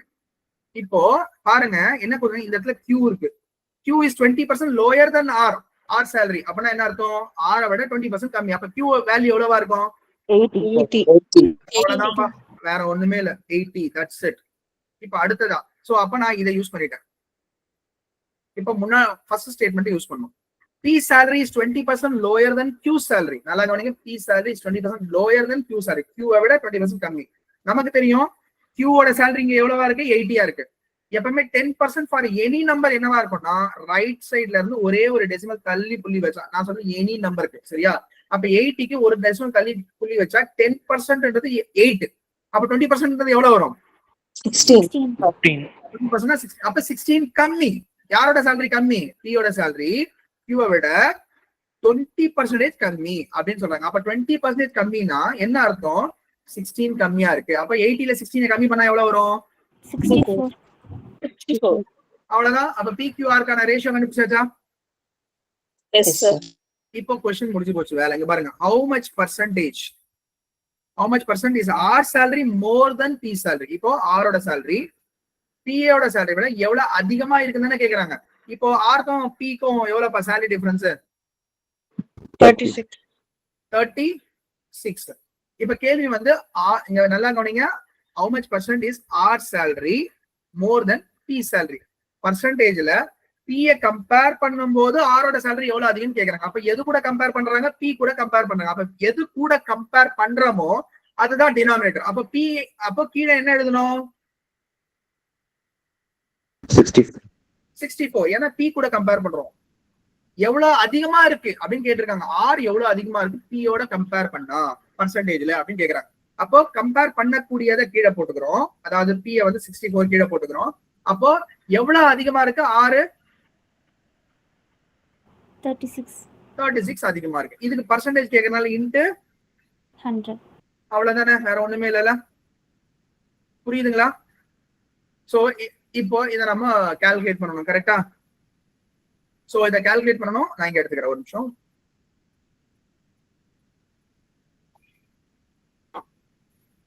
(36/64 into 100) ரைட்டா? அப்படியே டைரக்டா அடிங்க. ரெண்டுமே 4ல கேன்சல் ஆகுமா? 4ல கேன்சல் ஆனா இது 9 டைம்ஸ். இது எவ்வளவு வரும் கீழே? 16 சார். 16 வந்துரும் கரெக்டா? ஓகே. இப்போ 9 16 என்னால அடிக்க முடியாது, பரவாயில்ல. 116 அடிக்கலாம்ல? 116 அடிக்கலாமா இல்லையா? Yes, sir. டைரக்டா அடிங்க. டைரக்டா அடிச்சா 100ல 16 டைரக்டா அடிச்சா எத்தனை வாட்டி வரும்? 96ன்றது 6 வாட்டியா?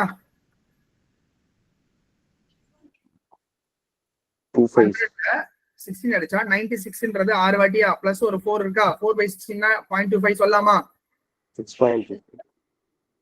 இது வந்து கால்குலேஷனுக்கான கிளாஸ் இல்ல, அதனால நல்லா புரிஞ்சுங்க. இப்ப 100ன்ற நம்பரை நான் 96 + 4ன்னு பிரிச்சுக்கிறேன். இப்ப இதை 16ல டிவைட் பண்ணா இது அடிச்சா கரெக்டா 6 வாட்டி வந்துரும். இப்ப எனக்கு மிச்சம் 4/16 இருக்கு. 4/16ன்னா என்ன அர்த்தம்? 1/4. 4ன்னு அர்த்தம். 1/4னா என்ன அர்த்தம்? 0.25. அவ்வளவுதான். அப்ப டைரக்டா 6.25 போட்டுடலாமா? ரைட். இப்ப பாருங்க அடுத்ததா இப்ப 9 into 6 எவ்வளவு வரும்? 54. 54 டைரக்டா வந்துருது. நல்லா கவனிங்க. இப்ப அடுத்தது 9 into 0.25. நல்லா கவனிங்க. ஒரு 4 வாட்டி 0.25 சேர்ந்தா 1 கிடைக்குமா? Yes, sir. Yes, sir. அப்போ 8 வாட்டி 0.25 கேட்டா 2 சேர்ந்ததுன்னா 2 கிடைக்குமா? Yes, sir. அப்போ இந்த 9 into இந்த நார்மலாவே நீங்க நம்ம நார்மலா வந்து மைண்ட் கால்குலேஷன்ல போனீங்கன்னா எவ்வளவு வந்துரும்? 225 வந்துரும் கரெக்டா? 2.25. அப்ப டெசிமல் வச்சீங்கன்னா 2.25. அப்ப இது கூட 2.25 ஆட் பண்ண போறீங்க. அவ்வளவுதான். அப்ப ஆட் பண்ணா எவ்வளவு வந்துருது? 66.25, sir. அவ்வளவுதான். கால்குலேஷன் சில பேருக்கு மேபி நான் போடுறது வந்து புரியாம இருக்கலாம். அப்ப பேசிக் கிளாஸ்லாம் நீங்க பாத்துக்க மாட்டீங்கன்னு அர்த்தம். சரியா? அதெல்லாம் பார்த்துட்டு வந்தா இது புரியும். சரியா? 56.25 அவ்வளவுதான், வேற ஒண்ணும் இல்ல. அப்ப ஆன்சர் என்ன? இன்னொரு விஷயம், நமக்கு 9/16 பார்த்த அடுத்த செகண்டே 9/16 அப்படின்ற நம்பரை பார்த்த அடுத்த செகண்டே இதுதான் வரும்ன்றது நமக்கு தெரியணும். சரியா? ஏன்னா பெர்சன்டேஜஸ் நம்பர்ஸ்லாம் நம்ம கண்டிப்பா வந்து சிலதெல்லாம் ஃபிராக்ஷன் ஞாபகம் வச்சுதான் எக்ஸாம்ல பட்டு போட்டு போறது ஈஸியா இருக்கும். வேற ஒண்ணும் இல்ல. சரி, இப்ப அடுத்த சம் எடுத்துக்கலாமா? டவுட் இருக்கா இருக்காது? இப்ப நான் சொன்னதுல ஏதாவது டவுட் இருக்கா? No, sir. சரி, அடுத்து போலாம். சரி சரி இப்ப அடுத்து பாருங்க, ரொம்ப ஈஸியான கொஸ்டின். ஆனா இதை வந்து ஈக்குவேஷன் அதுன்னு போட்டு நிறைய பேர் டைமை வேஸ்ட் பண்ணுவாங்க. நமக்கு எப்பவுமே ஜென்ரலா எந்த ஒரு விஷயத்த கேட்டாலும் சரி, நீங்களே ஒரு நம்பரை அசியூம் பண்ணுங்க. அசியூம் பண்ணி சம்ம போடுங்க, ஆன்சர் வந்துடும். கரெக்டா தான் வரும், தப்பா வர வாய்ப்பே கிடையாது. ஆனா அசியூம் பண்ண நம்பர் எந்த நம்பரா இருந்தாலும் வரும். ஆனா ஈஸியான நம்பரா எப்பவுமே எடுத்துக்கிறது தான் எப்பவுமே நல்லது. சரியா? இப்ப என்ன கொஸ்டின்னா பாருங்க, அடுத்த question. A number is mistakenly divided by 4. அப்பனா என்ன அர்த்தம்னா, ஒரு நம்பர் இருக்கு, அதை தப்பா டிவைட் பை 4 போடுறாங்க. But instead of multiplying by 4, அப்போ மல்டிப்ளை பை 4 பண்றதுக்கு பதிலா அவங்க என்ன பண்ணிட்டாங்க? டிவைட் பை 4 போட்டாங்க. சரி, அந்த மாதிரி செய்யும் போது what is the percentage change in the result due to the mistake? இந்த மாதிரி செய்யும் போது மிஸ்டேக்னால எத்தனை பர்சன்டேஜ் ஆன்சர் மாறுதுன்னு கேக்குறாங்க. எத்தனை பர்சன்டேஜ் ஆன்சர் மாறுதுன்னு கேக்குறாங்க. இப்போ சிம்பிளா அப்படி எடுத்துங்க, பர்சன்டேஜ் தான் கேள்வி கேட்கறான். நீங்க என்ன பண்ணுங்க, சப்போஸ் எந்த நம்பர் வச்சு போட்டாலும் ஆன்சர் வரும். ஆனா ஈஸியான நம்பர் எடுக்கிறது எப்பவுமே நல்லது. இங்க பர்சன்டேஜ் வச்சு கொடுத்துருக்காங்க, சோ 100 வச்சு எடுத்துக்கும், ஈஸியா இருக்கும். சோ 100 தான் ஸ்டார்டிங் நம்பர்னு வச்சுக்கோ. அந்த நம்பர் வந்து 100. இதை நான் ஒரிஜினலா என்ன பண்ணிருக்கேன்னா மல்டிப்ளை வித் 4 பண்ணிருக்கேன். மல்டிப்ளை வித் 4 பண்ணா எவ்வளவு வந்திருக்கும்? 400. ஆனா அன்பார்ச்சுனேட்லி தப்பா போட்டுட்டோம், டிவைட் பை 4 போட்டோம். அப்ப ஆன்சர் எவ்வளவு வந்திருக்கும்? 25 வந்திருக்கும். அப்பனா யோசிச்சு பாருங்க, இதுதான் கேப் ஒரிஜினல் ஆன்சருக்கும் தப்பா வந்த ஆன்சருக்கும். கரெக்டா? ஆமாவா இல்லையா? இதுதான் கரெக்டான ஆன்சர். ஆனா நான் தப்பா பண்ணதுனால வந்திருக்க ஆன்சர் இது. அப்பனா டிஃபரன்ஸ் எவ்வளவு வருது? 375. அவ்வளவுதான். அப்ப யோசிச்சு பாருங்க, 375ன்றது வேல்யூ கம்மி ஆகுது. அதான் மிஸ்டேக் ஆகுது. மிஸ்டேக் ஆகுறதுனால அவ்வளவு வேல்யூ கம்மி ஆகுது.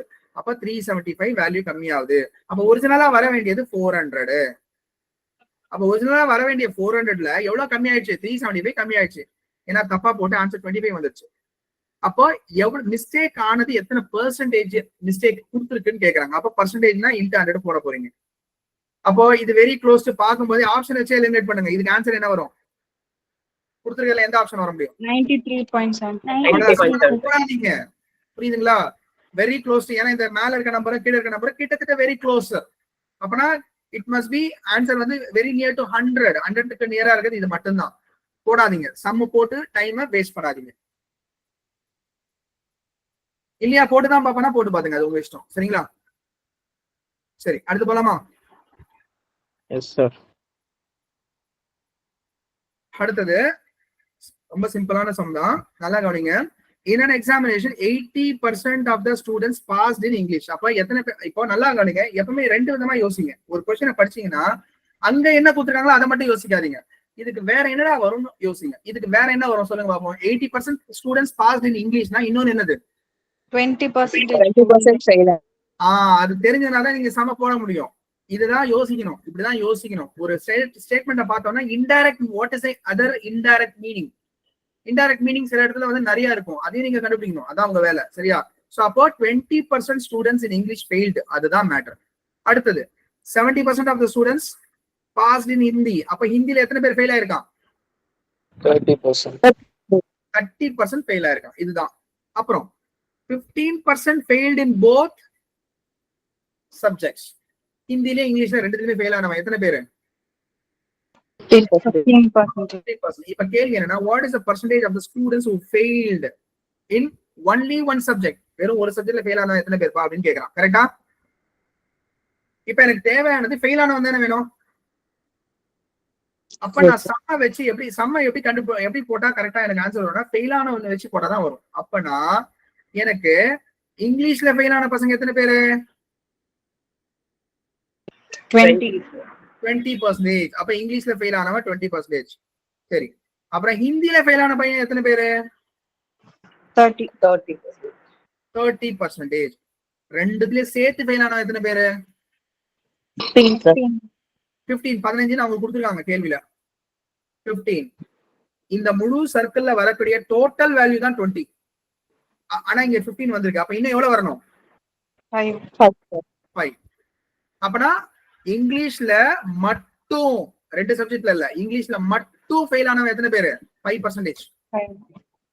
சரி, இப்ப அடுத்து இந்த டோட்டல் சர்க்கிள், ஹிந்தின்ற டோட்டல் சர்க்கிள்ல 30% ஃபெயில், ஆல்ரெடி 15 வந்தாச்சு. இன்னும் எவ்வளவு வரணும் அப்போ? 15. அப்பதான் இதோட டோட்டல் எவ்வளவா இருக்கு எனக்கு? 30 இருக்கும். அப்பனா எத்தனை பேர் ஹிந்தில மட்டும் ஃபெயில் ஆனவன்? 15. இங்கிலீஷ்ல மட்டும் ஃபெயில் ஆனவன்? 5. சப்ஜெக்ட்ல மட்டும் ஃபெயில் ஆன மொத்த பசங்க எவ்வளவு பேரு? 20. அவ்வளவுதான் ஆன்சர். புரியுதா? புரிஞ்சுதா? Yes sir. சரி, இப்ப பாருங்க அடுத்தது. இந்த 19th சம் நிறைய பேருக்கு தலைய போட்டு பிச்சுக்கிற மாதிரி இருக்கும். சரியா? ஆனா அதையும் நம்ம என்ன பண்ணலாம், நான் முன்னமே சொல்லியிருக்கேன், எந்த கொஸ்டினா இருந்தாலும் சரி நீங்க ஸ்டெப் பை ஸ்டெப்பா போடணும்னு நினைக்கிறத விட்டுட்டு எப்படா அதர் வே யோசிச்சு ஆன்சர் போடலாம்னு யோசிங்க. சரியா? யோசிங்கன்னா பட்டுன்னு அடிச்சுட்டு போயிட்டே இருக்கலாம். இதுக்கு ஈக்குவேஷன் ஒரு மண்ணும் தேவையில்ல, அப்படியே அடிச்சுட்டு போயிட்டே இருக்கலாம். ஃபர்ஸ்ட் கொஸ்டினை நீங்க படிங்க, நான் டைம் தரேன்.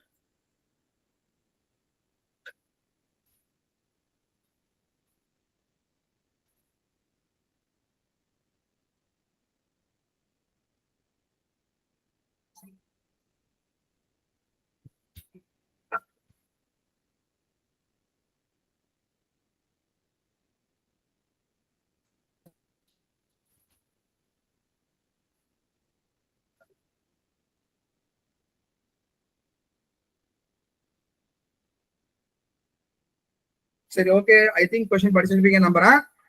பாருங்க, கொஸ்டின்ல நான் ஃபர்ஸ்ட் ரெண்டு இன்ஃபர்மேஷன் எடுத்துக்கிறேன். இதுல நிறைய கொடுத்துருக்காங்க, எனக்கு அதெல்லாம் தேவையில்ல. ரெண்டு பேரோட ஃபாதர் சன்னோட மொத்த வயசு எவ்வளவு? 130 years. ஃபாதர் அண்ட் சன்னோட மொத்த வயசு. நான் இப்ப பாருங்க கொஸ்டினுக்குள்ளேயே நான் ஒண்ணும் போல, ஜஸ்ட் வந்து எனக்கு தேவையான முதல் இன்ஃபர்மேஷன் இந்த ரெண்டு பேர் வயசு 130. கொஸ்டின்ல என்ன கேள்வியா கேட்டிருக்காங்க? Difference என்ன? ரெண்டு பேரோட டிஃபரன்ஸ். இப்போ ஆப்ஷன்ல கொடுத்துருக்குது எல்லாம் டிஃபரன்ஸ் தானே? Yes, sir. நான் முதலே சொன்னேன், நல்லா ஞாபகம் வச்சுங்க. இந்த a plus B a minus B அப்படின்னு வரும். வந்தாங்க ஈஸியா போடலாம்னு சொன்னா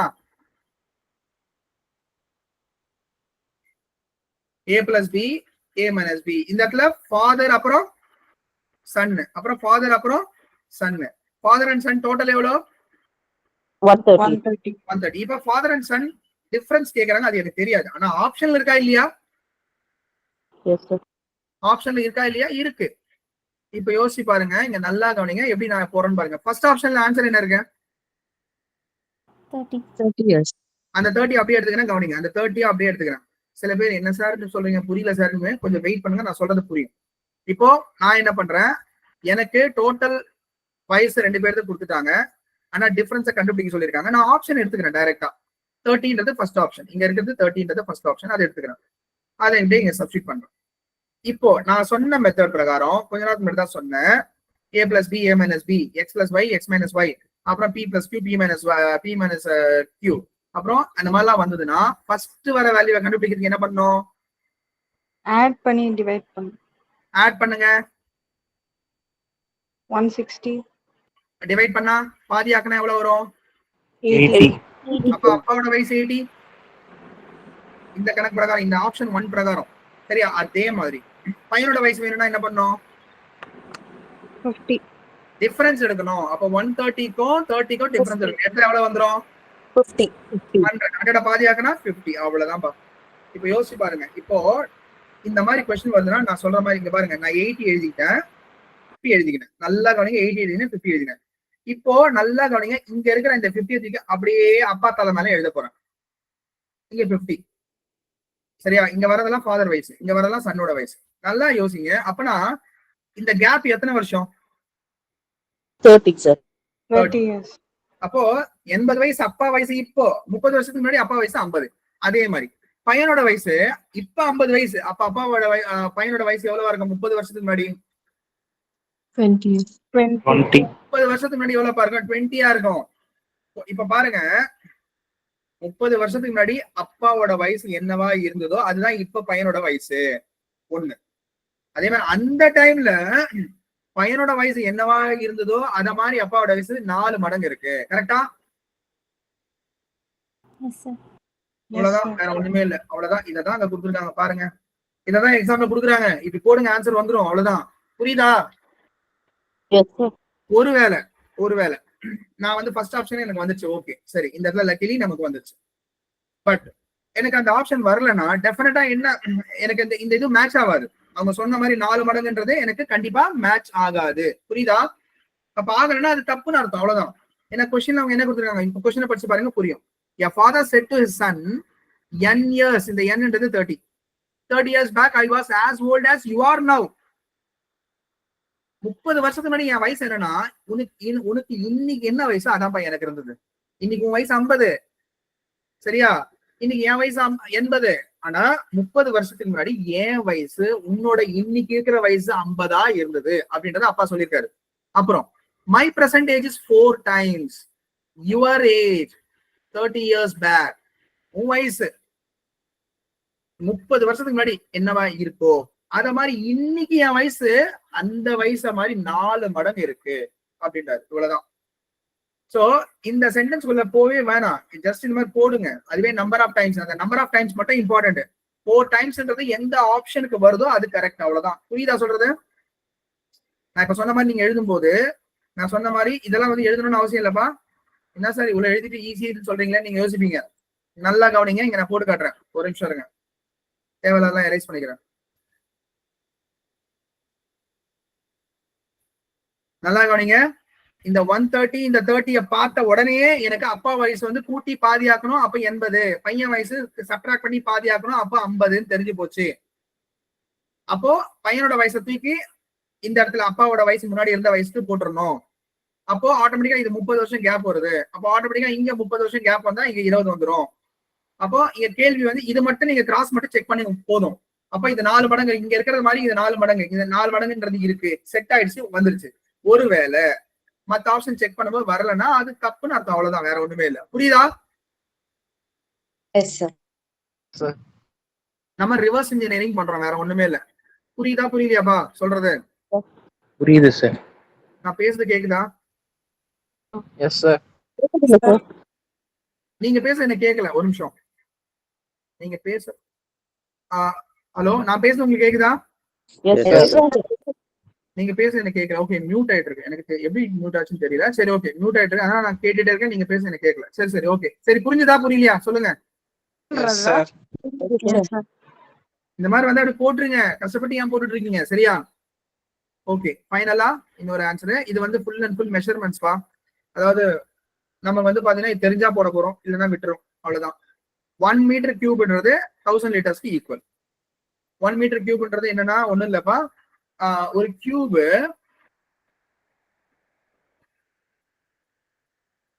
இதோட எல்லா டைமென்ஷனும் ஒன்னா இருக்கும், அதாவது மீட்டர்ல. அப்படி இருந்ததுன்னா அதுக்குள்ள எவ்வளவு பொருளை நம்மளால போட்டு வைக்க முடியும், அதுக்குள்ள நம்மளால எவ்வளவு பொருளை வந்து போட்டு வைக்க முடியும் அப்படின்னு கேட்டா, சாரி, எவ்வளவு தண்ணியை ஊத்தி வைக்க முடியும்னு கேட்டா 1000 லிட்டர் ஊத்தி வைக்க முடியும். இது நமக்கு பேசிக்கா தெரியும். அதே மாதிரி ஒரு மெட்ரிக் டன்னா உங்க எல்லாருக்குமே தெரியும், ஒரு 1000 கிலோ சேர்ந்ததுதான் ஒரு டன்னு. சரியா? அதே மாதிரி இது வந்து நிறைய பேருக்கு தெரிஞ்சிருக்குமான்னு தெரியல, ஒரு ஹெக்டேர்ன்றது 10,000 மீட்டர் ஸ்கொயர். இது நமக்கு தெரிஞ்சுக்கணும்.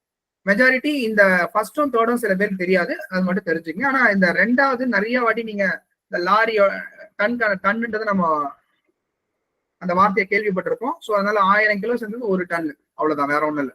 ஸோ மொத்தத்துல இது மூணுமே கரெக்ட், அவ்வளவுதான். சரியா? ஓகே, வித் திஸ் நம்ம வந்து இன்னைக்கான கிளாஸை முடிச்சிடலாம்பா. பார்த்தது வரைக்கும் என்ன டவுட் இருக்கா? No, sir. No, sir. அந்த 20வது சம் மட்டும் நீங்க ஞாபகம் வச்சுக்கணும், வேற வழி கிடையாது. சரியா? ஞாபகம் வச்சுக்கணும். That's it. Okay, with this class முடிச்சலாம். ஒரு நிமிஷம் நான் ரெக்கார்டிங் ஆஃப் பண்றேன்.